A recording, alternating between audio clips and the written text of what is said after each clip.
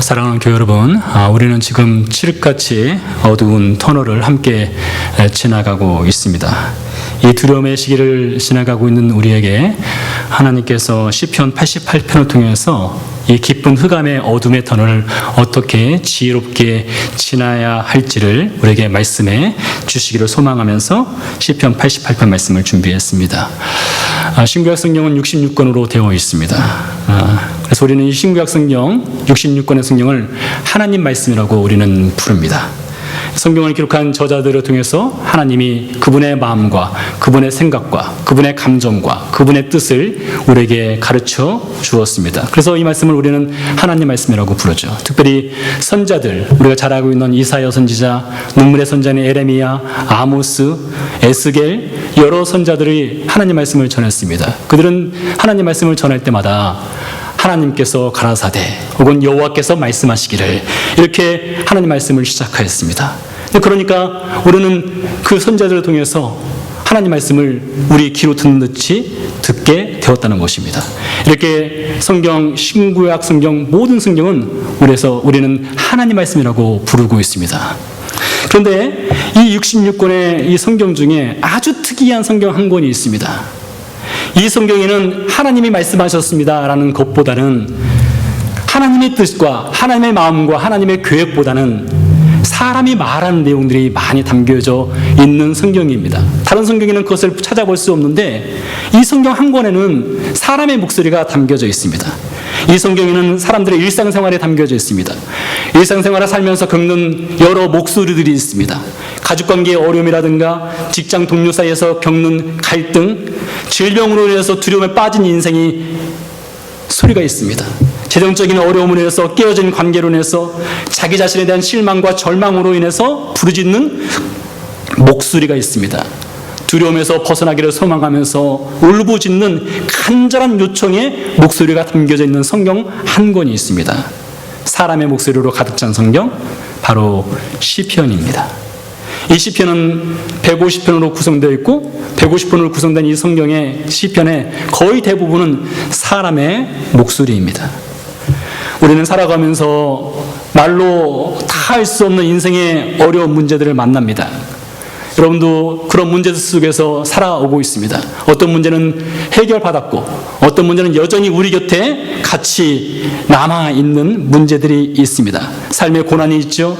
눈물이 있죠. 한숨이 있습니다. 억울하게 당하는 것도 있습니다. 거짓과 속임수로 인해서 상처받은 것도 있고 상처를 주는 것도 있습니다. 그러한 삶의 예환을 담고 있는 성경이 무엇이냐? 바로 시편입니다.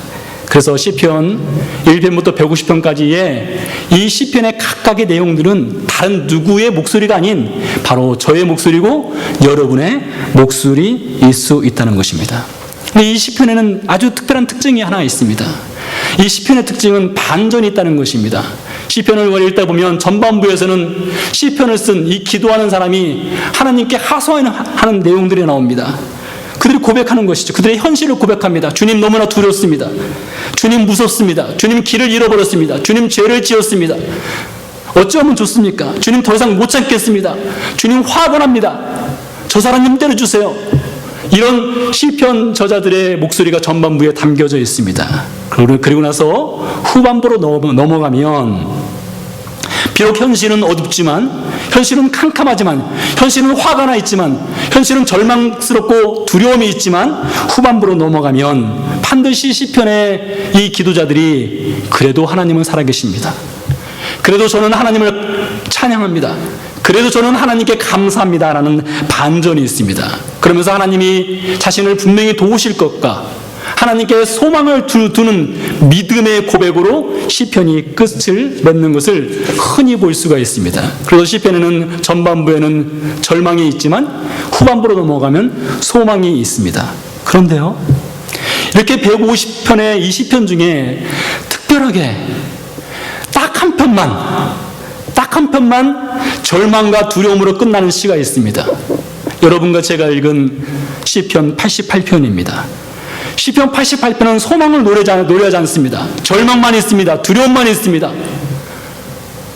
그에게는 소망이 없어요. 그래서 이 시의 마지막 구절인 18절 하반절은 이렇게 끝을 맺습니다. 내용을 읽어보면 이렇습니다. 내가 아는 자를 흑암에 두셨습니다. 내가 아는 자를 흑암에 두셨습니다. 이것을요, 원문에 좀 더 가깝게 번역을 해보면 이렇습니다. 나의 친구는 흑암뿐입니다. 그러니까 여러분의 친구가 누구냐? 흑암이라는 것이에요. 어둠이라는 것이에요. 어둠이 바로 우리의 친구입니다. 또 다른 말로는요, 나에게 알려진 것, 내가 지금까지 경험하고 있는 것, 이 경험하고 있는 것은 오직 어두운 두려움뿐입니다. 이렇게 시가 끝나버립니다. 여러분 그렇게 기도해 본 적 있으세요? 아마 우리가 하나님 앞에 나와서 기도할 때 우리의 인생의 문제를 하나님께 아뢰죠. 그리고 우리가 무슨 고백을 합니까? 그럴지라도 하나님 저를 도와주실 줄 믿습니다. 주님 저에게 새 소망을 주실 줄 믿습니다. 이 어려움을 극복할 수 있을 줄 믿습니다. 라는 믿음의 고백을 아주 강하게 하면서 우리가 기도를 마치지 않습니까? 그런데 이 기도는 그렇지 않은 거예요. 시편 88편은 그렇게 마치지 않습니다. 주님 저 죽겠습니다. 주님 저 두렵습니다. 주님 저는 소망이 없습니다. 이제 끝나버렸습니다. 이렇게 하고 시편이 마쳐진다는 것이죠. 그래서 이 시편 88편은 매우 특이한 기도이기도 합니다.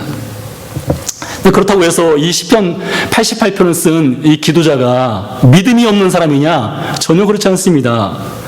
이 시를 쓴 사람은 절망하지만 두려워하지만 그에게는 믿음이 있는 사람입니다. 그는 기도하는 사람이에요. 1절 말씀을 보니까 이 기도자가 하나님께 이렇게 기도합니다. 여호와 나의 하나님은 나의 구원이십니다. 그는 밤낮을 가리지 않고 하나님께 간구합니다. 1절 하반절에 보니까 나의 부르짖음의 날이 밤에 당신 앞에 있습니다. 약간 제가 번역을 다르게 했는데요. 이 사람이, 이 기도자가 낮밤을 가리지 않고 하나님께 부르짖어 나아갑니다. 날마다 성전에 가서 자신의 문제를 해결해 달라고 하나님께 간구한다는 것이죠. 그래서 그는 매일매일 그의 절망과 두려움을 벗어나고자 하나님을 찾는 신실한 기도하는 사람이라는 것을 시편 88편에서 우리가 묵상할 수가 있습니다. 3절 말씀을 볼까요? 3절 말씀에 그의 절망을 이렇게 표현합니다. 나의 마음에, 나의 영혼에, 나의 몸에는 문제투성이 뿐입니다.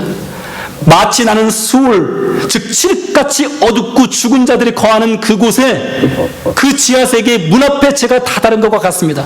죽을 지경이란 것이죠. 무슨 문제인지 모르지만 죽을 지경이란 것입니다. 나는 무덤 속에 있는 죽은 자와 같습니다. 두려움과 곤란함으로 해서 내 눈이 새약해졌습니다.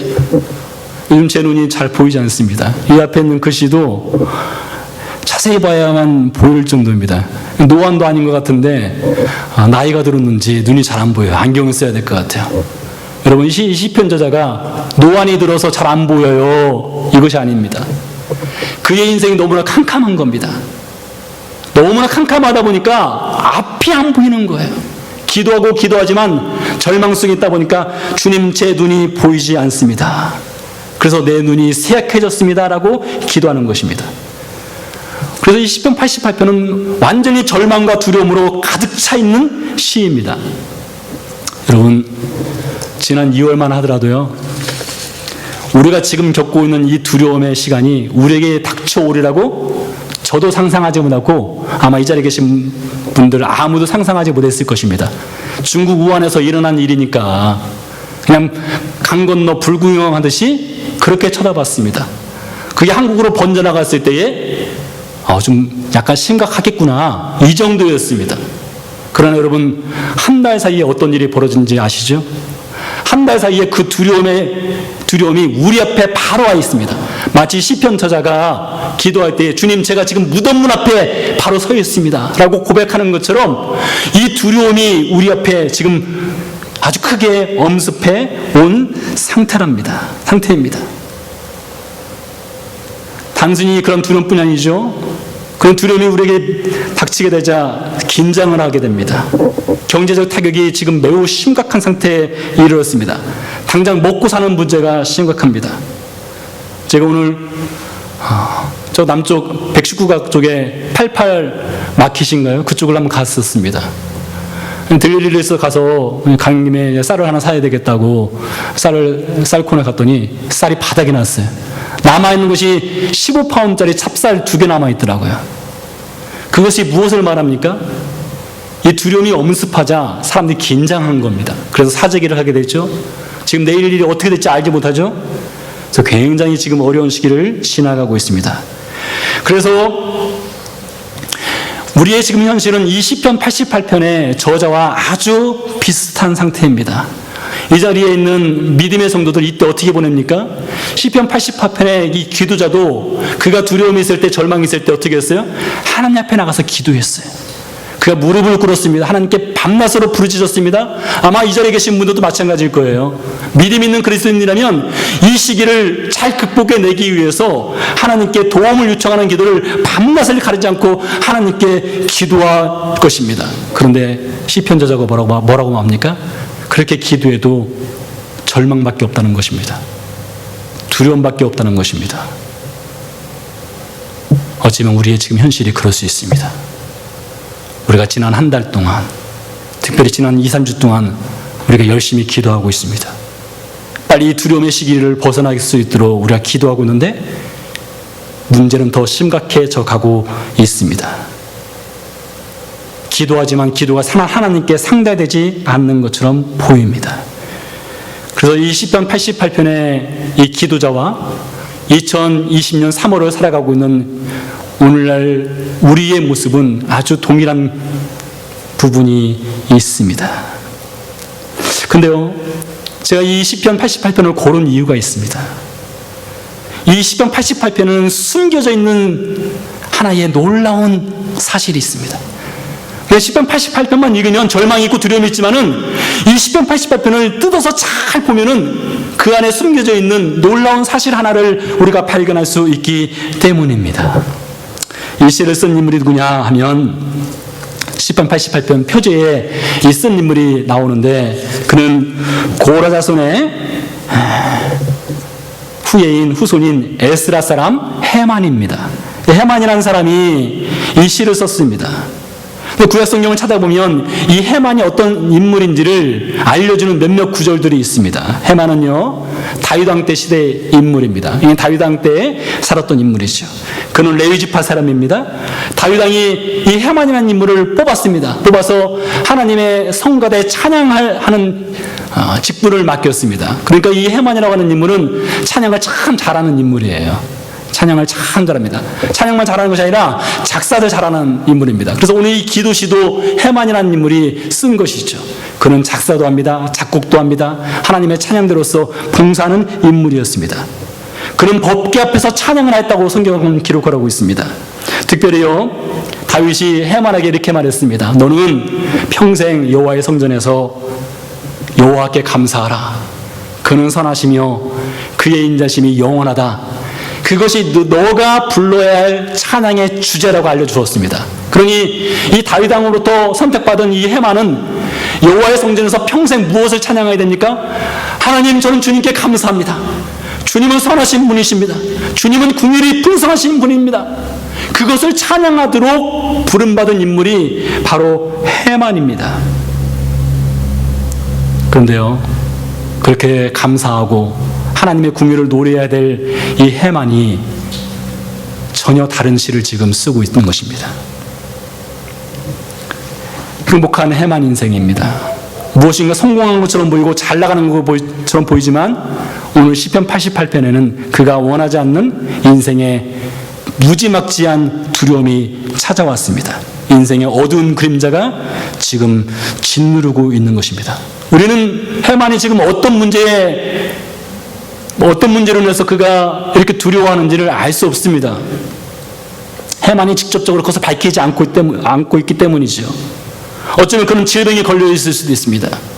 그에게는 17명의 자녀가 있었는데 17명의 자녀 중에 누군가가 심각한 지금 문제가 있어서 그가 두려움에 빠져 있을 수도 있습니다. 어쩌면 다윗 당시에 여러 정치적인 혼란한 문제 속에서 헤만이 그 삶이 갑작스럽게 어려워져서 그것이 두려워서 하나님 앞에 나가서 하나님 두렵습니다. 무섭습니다. 절망이 있습니다. 이렇게 그가 이야기할 수도 있습니다. 어쩌면 다윗 당시에 전염병이 3일 동안 돌아서 7만 명이 죽은 사건이 있었습니다. 사무엘하 24장에 나오는 이야기입니다. 어쩌면 그 당시에 헤만이 7만 명, 자기 주변에 있는 사람들이 전염병으로 쓰러지고 죽어나가는 모습을 보며 그가 지금 절망하고 두려워서 시편 88편을 썼을 수도 있습니다. 그러나 정확하게 몰라요. 무엇 때문에 이 시를 썼는지는 정확하게 알 수 없습니다. 무엇보다 그가 더 두려워하고 있는 것은 무엇이냐면요, 바깥으로 보여지는 문제 때문에 그가 두려워하고 절망하는 것보다 그가 정말로 크게 두려워하는 것은 그가 아무리 기도해도 하나님이 침묵하고 있기 때문입니다. 아무리 부르짖지만 하나님이 응답을 하지 않는 거예요. 아무 말씀도 하지 않는 것입니다. 그래서 해만이 시편 88편의 마지막 구절을 뭐라고 끝내요? 주님, 어둠이 제 친구입니다. 하나님이 제 친구가 되셔야 되는데 어둠이 제 친구입니다. 하나님이 내 소망이 되어야 되는데 주님, 저는 무덤 문 앞에 지금 이르는 인생이 되어버리고 말았습니다 라는 기도로 끝을 맺고 있다는 것이죠. 그런데요, 시편 88편은 비록 그렇지만 이 해만이라고 하는 인물을 성경에서 명시하고 있는 것들을 하나하나 찾아보면 놀라운 일을 발견할 수가 있습니다. 시편 88편은 그에게 절망이 있지만요, 시편 88편을 지휘한 그의 인생은요, 늘 하나님께 감사하는 인생이었습니다. 하나님의 선하심을 찬양하는 인생이었습니다. 역대기에 보면 그에게는 17명의 자녀가 있었습니다. 아들이 14명이었고요, 딸이 13명이었습니다. 근데 14명의 모든 아들이 아버지 해만을 따라서 하나님의 성전에서 찬양하는 성가대로서 평생을 살았습니다. 여러분, 얼마나 복받은 인생입니까? 이 해만에게 한때 두려움이 있었고 절망이 있었지만은 그의 자녀들이 아버지의 그 믿음을 따라서 그 믿음의 길을 같이 걸어가는 성가대로서 평생을 살았습니다. 그것처럼 복받은 인생 없죠? 해만이 평생을 성전에서 거하면서 하나님을 찬양하였습니다. 그런데요, 이렇게 해만이 평생을 하나님 성전에 거하면서 하나님을 찬양하는 인생이 되었는데 어떻게 그 두려움과 절망의 감옥에서 빠져나올 수 있었는지를 성경은 또 이야기를 하지 않고 있습니다. 그럼 답을 주면 좋겠는데요. 답을 주면 좋겠는데 그 답을 주지 않아요. 구체적으로 주지 않습니다. 그러나 이 사실을 통해서 우리는 한 가지를 배우게 됩니다. 여러분, 하나님 종종 침묵하시는 분입니다. 여러분, 제가 하나님께 기도하는 제목들이 늘 있죠. 아마 여러분도 마찬가지일 겁니다. 우리가 하나님께 기도하면 하나님이 즉각 응답해 주십니까? 하나님이 911 돼가지고 우리가 911 하나님 딱 누르면 하나님이 예따 하고 바로 응답을 해주시는 분입니까? 거의 대부분 그렇지 않죠? 하나님 침묵을 지킬 때가 많습니다. 해만하게 하나님이 침묵하신 것처럼 우리에게도 하나님 종종 침묵하십니다. 거의 대부분 말씀하지 않는 경우가 거의 대부분입니다. 그런데요, 침묵한다고 해서 하나님이 일하지 않느냐? 결코 그렇지 않습니다. 무엇을 보면 알아요? 해만을 보면 압니다. 시편 88편의 해만은 절망 속에 있고 두려움에 있지만 하나님은 그에게 침묵하였지만 하나님은 해만이 보지 않는 가운데 해만을 위해서 일하시는 분이셨습니다. 그래서 그로 하여금 다시 하나님의 성전에 올라가서 하나님의 선하심을 찬양하게 했고 하나님의 인자심을 노래하게 했습니다. 그의 자녀들이 아버지의 길을 따라서 성가대로 봉사하게 했습니다. 그래서 여러분, 이것을 꼭 기억하시기 바랍니다. 우리 하나님은요, 침묵하지만 여전히 우리를 위해서 일하시는 분이라는 것을 기억을 하시기 바랍니다. 시편 88편 다음 편이 무엇일까요? 바로 이어서 무엇이 나옵니까? 시편 89편이 나옵니다. 시편 89편을 쓴 인물은 누군가 하면 해만의 친척입니다. 그리고 해만과 함께 찬양대 봉사를 했던 인물입니다. 그의 이름은 에스라 사람 에단입니다. 그러니까 에단과 해만은 친구라고 할 수가 있어요. 친척지간이기도 하고 직장 동료이기도 하고 친구이기도 합니다. 해만은요, 시편 88편에서 절망과 두려움 속에서 끝을 맺는 기도를 했는데요, 바로 이어지는 시편 89편의 에단의 시를 보면 에단의 시는 52절까지 있는데 정말로 놀라운 것을 발견할 수가 있습니다. 이 에단의 기도에는요, 52절까지 거의 대부분 무엇으로 채워져 있는가 하면 내가 여호와의 인자심을 찬양합니다. 주의 성실하심을 내가 대대로 알리겠습니다. 마지막 52절은 어떻게 끝나느냐? 여호와를 영원히 찬송하라 하면서 끝을 맺습니다. 해만은요, 어떻게 끝을 맺어요?